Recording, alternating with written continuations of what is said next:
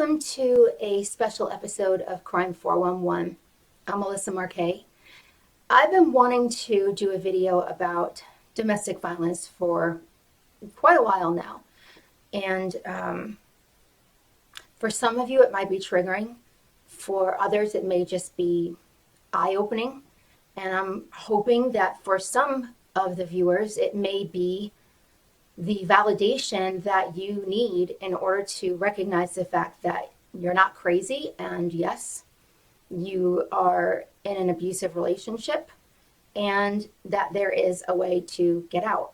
So I'm going to ask everybody to please share this video as much as you possibly can, and share it on your social media, share it with people on private messages. And the reason I'm asking for you to do that is because most victims of domestic violence are silently suffering.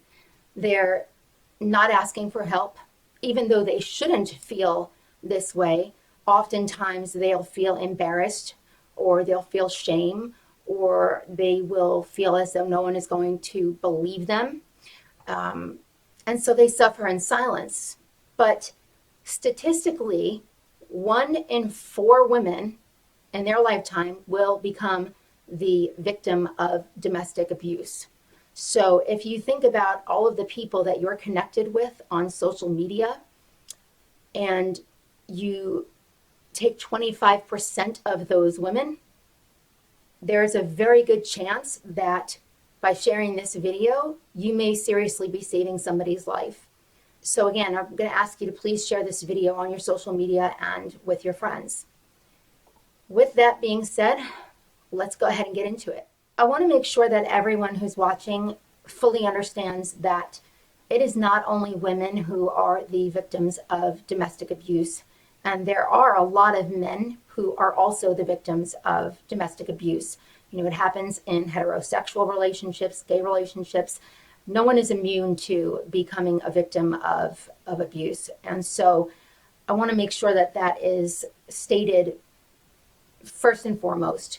And the reason I'm saying that is because when I talk about this subject, I tend to talk about the victim as a woman, and I don't want to undermine any of the viewers who are male that might be watching this.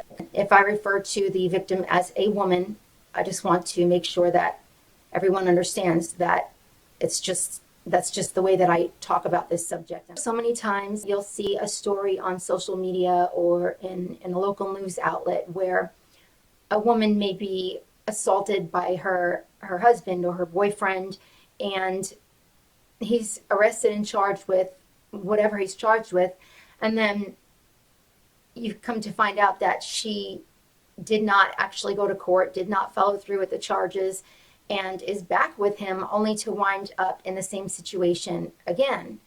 And people are always commenting, and they say, why doesn't she just leave? Well, I am embarrassed to say that I used to be one of those people until I became one of the women who couldn't just leave. And it is not as easy as people think. And I want to go over, just touch on some of the reasons why, to give you an understanding of all of the different elements that come into play in a situation like this. You're talking about physical abuse, emotional abuse, psychological abuse, economical abuse. It's not just one thing, right? And the toll that takes on someone's self-esteem, on their mental health, is devastating. That's the only word that I can think of for it. It's devastating. They gaslight you, and they manipulate you. They manipulate your emotions. They can truly make you lose your sense of reality. And oftentimes abuse happens slowly over a period of time.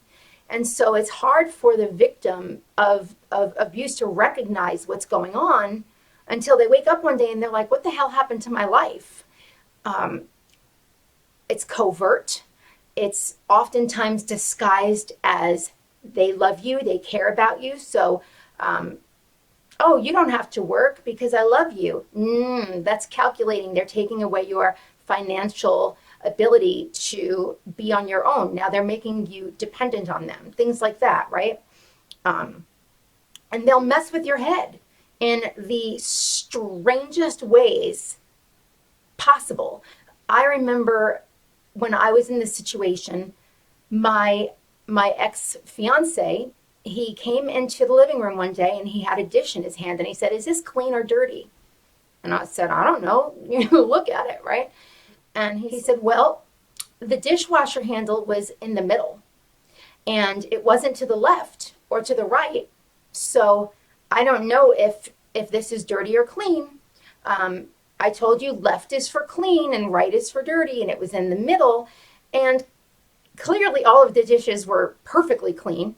But this was done as a form of crazy making to make me doubt myself and to break me down a little bit at a time over and over and over again until I felt as though I couldn't do anything without him. The simplest of tasks, doing the dishes, the handle, left or right.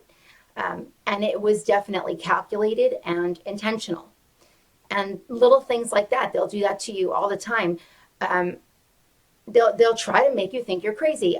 Things like they'll take your keys and you know your keys are hanging up on the key hook, right? Because you just hung them up there. But they'll take your keys and put them in your purse, in the closet, in the back, and make you search the house for an hour for keys that you know you just hung up on the hook.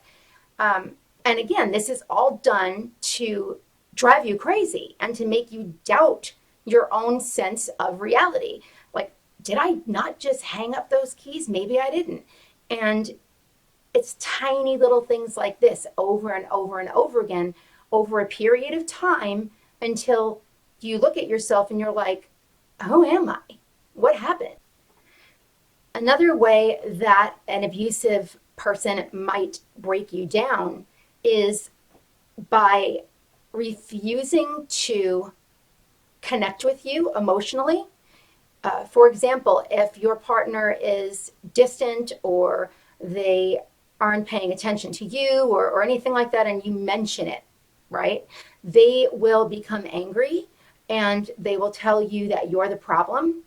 And then they will shut down. They will shut down. They will refuse to communicate with you. And so now, emotionally, they're breaking you down. They're breaking down your self-esteem a little bit at a time. Every time you go to your partner and you tell them that, that you're hurting or that you would like more from them or that you would like to talk, they shut you down. And every time they shut you down, it's like a little pitchfork. Boom, boom, boom, until your self-esteem is completely shot. And so that is one way that they will manipulate the situation, is by refusing to accept emotional accountability. They cannot take criticism. So if you are wanting to engage with them on some sort of an intimate level emotionally about something within the relationship, they will tell you you're needy, you're clingy, you're emotional, they will immediately tell you that you are attacking them. You're saying they're a bad person. They twist it so that once again, you're always the one saying, no, no, no, you're wonderful. That's not what I'm saying. And so once again, they have completely sidestepped being emotionally accountable for anything within the relationship. And now the entire focus is on them and why, oh no, you're not a bad person. That's not what I meant to say. Now you're begging for their love and their approval. And this is a cycle. Communication is normal and healthy in a relationship.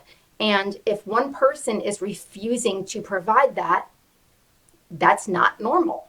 Now, I will say that not everyone who is emotionally crippled to some degree is intentionally abusive, but either way, whether it's intentional or not, the result is still the same.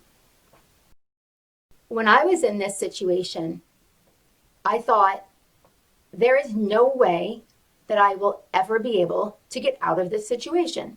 It's impossible. We had business ties together. We didn't have children together, thank God, but we had business ties. And I was completely estranged from my family, which he made sure of. I had no friends, which he also made sure of. But I came across a book called Why Does He Do That? This book is the book that saved my life. And I do not say that lightly. The book was written by a man named Lundy Bancroft. For 30 years, he taught anger management classes to abusers that were court ordered to go and take his class. And he said that the guys would come in and they would say, oh, we're getting so much out of this class. This is great. And he believed it. He thought, this is fantastic. I'm helping, right? And one day he decided to call the wife of one of the men in the group. And she answered the phone and she was very hesitant. And he said, I just wanted to see how things were going. And she said, oh, everything's great. Thank you for calling. Very, very docile and not wanting to talk. And he thought that was strange.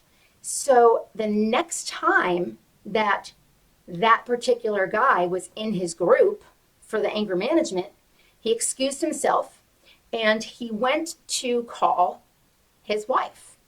And he knew that she could talk because she would be alone.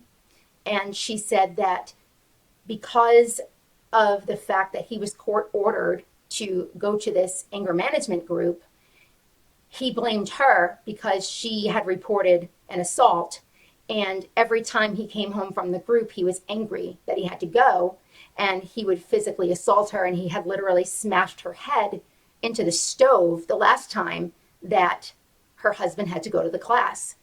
And the author, Lundy Bancroft, said it was at that moment that he realized that his clients were not the men that were abusing these women, but the women that were being abused.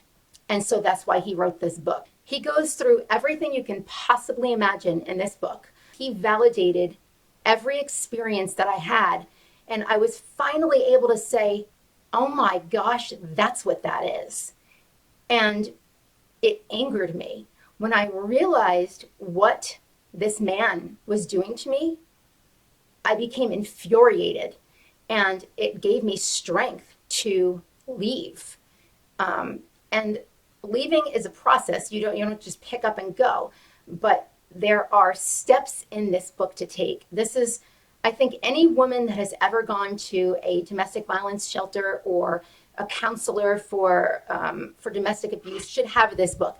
I used to work at a call center, and I would talk to ladies on the phone, and there were so many women that would call in and just start talking to me about their situation while I was looking at their phone bill, and I would mail them this book. People in my neighborhood, I would hand out these books.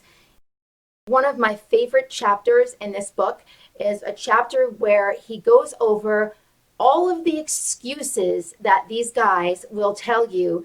They're abusive only because they were drinking, they didn't mean it, or I was high, that wasn't me, or a million and one excuses. I wasn't hugged enough as a kid. Or they'll try and twist it and say you pushed their buttons and you made them act like that.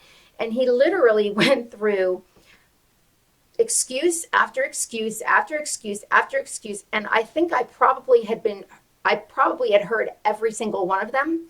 And again, having that validation of, I'm not crazy, this is wrong, this is abuse, this is not a reason, this is an excuse, was that there's something amazing about being validated in your feelings, especially when you feel like you can't even tell what's reality anymore. It's like, am I crazy? I remember sitting in my walk-in closet trying to find a way to get 5 minutes of just alone time so that I could try to think, so I could figure out what the hell was going on. But yeah, so anyhow, again, in this book, he goes over all of the reasons why he's abusive. One of the best things that he says is addiction does not cause partner abuse, and recovery from addiction does not cure partner abuse.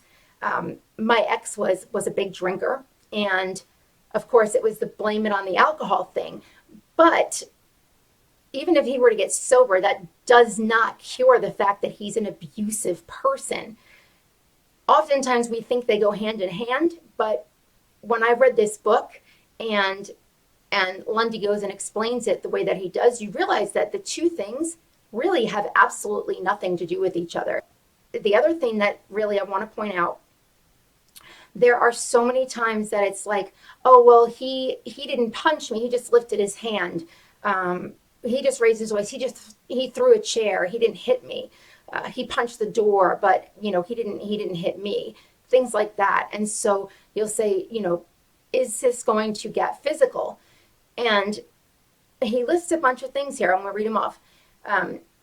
He says, has he ever trapped you in a room and not let you out? Has he ever raised a fist as if he were going to hit you? Has he ever thrown an object that hit you or nearly hit you? Has he ever held you down or grabbed you to restrain you? Has he ever threatened to hurt you? And if you answer yes to any of those questions, then you can stop wondering whether or not he's going to become violent, because he already has. And that really was an eye-opener for me when I read that. Anyhow, again, I really want people to know they're not alone. You are not alone in this situation. You are not crazy. You can get out of this safely. And there are people like myself who will support you. You can even email me personally. Email crime411, literally the word email, crime411@gmail.com. And if you need help, or if I can help you find resources, anything that I can do to help anyone, I'm happy to do it. But you're not alone. And I hope that if you are watching this video and you are in this situation, I hope that you get this book, because it will change your life. It truly will change your life. So if you would like to buy the book, Why Does He Do That by Lundy Bancroft, I did go ahead and put a link below the video so that you can find that on Amazon. I'm serious, without question, one of the best books I have ever had in my hands, hands down. I also want to just remind you to please share this video with your family, with your friends, on your social media. You never know who is silently suffering, and it could save a life. Again, thank you for tuning into Crime 411, and we'll see you soon.